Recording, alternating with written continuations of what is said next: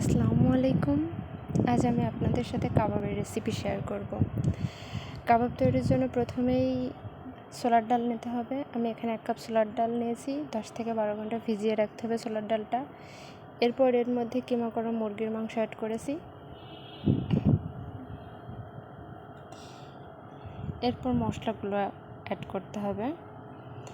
এখানে আমি একটা তেজপাতা, 2টা দারচিনি নিয়েছি, 2টা সবুজ এলাচ, 1 চা চামচ আদা রসুন বাটা, 1 টেবিল চামচ পেঁয়াজ বেরেস্তা, 1 চা চামচ কাবাবের মশলা, 1 চা চামচ শুকনা মরিচের গুঁড়া, 1 চা চামচ ধনিয়ার গুঁড়া, স্বাদ মতো লবণ এবং এর মধ্যে আমি 1 টেবিল চামচ রান্নার তেল অ্যাড করেছি।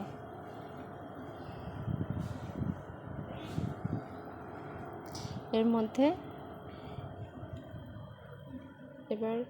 এবার পানি অ্যাড করতে হবে।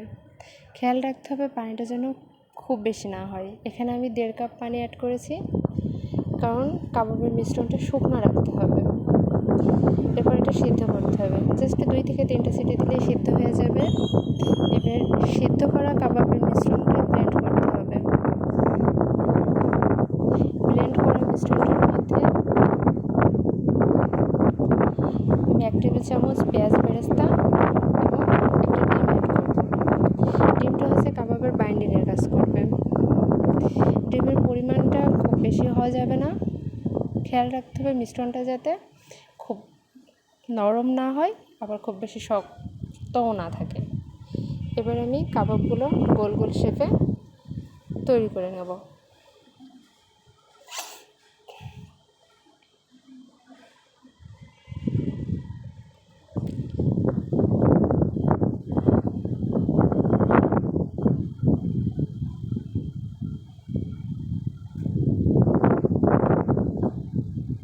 এবার কাবাবগুলো তেলে ভাজতে হবে। চুলার আঁচটা লো হিটে রাখতে হবে, কারণ হাই হিটে হলে কাবাবের ভিতরে